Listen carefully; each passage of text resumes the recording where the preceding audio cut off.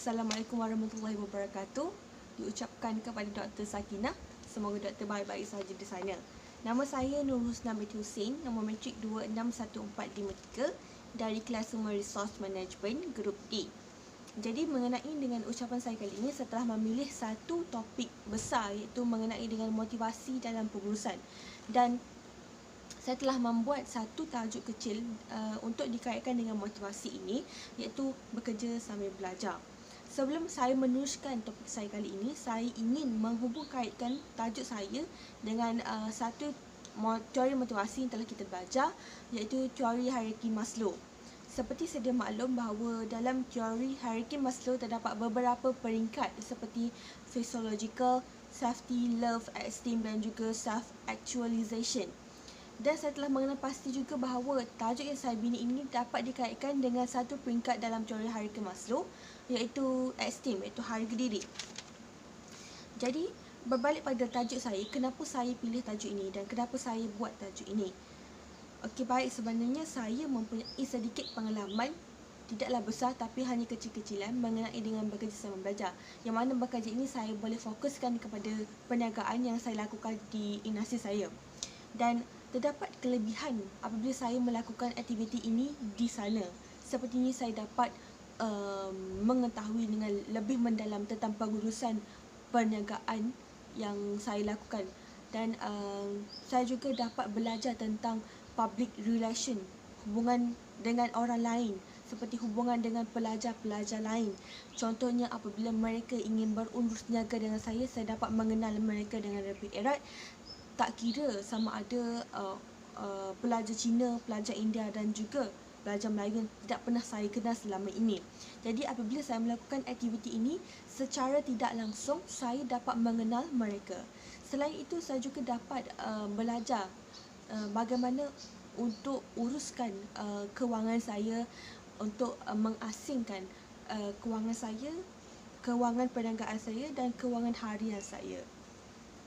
Dari situ saya telah mencipta satu motivasi pada diri saya sendiri. Saya sentiasa motivasi sendiri, seperti apabila kita ingin mencapai satu matlamat ini, kita kena berusaha untuk mencapainya. Jadi itu adalah motivasi saya apabila saya melakukan pekerjaan itu. Jadi apabila kita bekerja ini, ia dapat menjadikan kita untuk membuat satu matlamat untuk kita capai.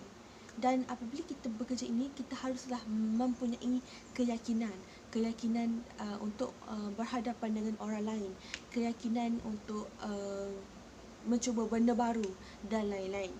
Jadi untuk mengekalkan motivasi saya ini, kita haruslah sentiasa memberi peringatan pada diri kita sendiri untuk melakukan ini berterusan ataupun tidak. Sejujurnya perniagaan yang saya lakukan ini tidaklah besar dan tidaklah semaju yang boleh, tapi saya melakukan perniagaan ini atas matlamat saya sendiri. Kenapa saya lakukan ini dan kenapa saya teruskan ini. Dan dalam aktiviti ini juga saya dapat lihat bahawa adanya respect kita pada orang lain, hormat kita pada orang lain, seperti apabila kita berurus niaga dan kita haruslah hormat kita punya pelanggan. Seperti apabila mereka tidak mahu berurus niaga dengan kita haruslah hormat mereka.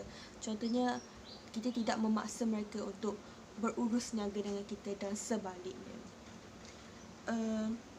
Selain itu, saya juga ingin menceritakan sedikit pengalaman di mana saya hanya dapat melakukan perniagaan ini apabila saya di Inasis, kerana apabila saya di rumah saya tidak boleh melakukan ataupun tidak boleh bekerja kerana mempunyai sedikit masalah seperti kenaikan transport saya untuk ke tempat kerja dan sebagainya. Jadi di universiti ini adalah peluang saya untuk melakukan perniagaan, dan itu adalah satu motivasi untuk saya ataupun satu pengalaman untuk saya apabila saya telah habis belajar nanti.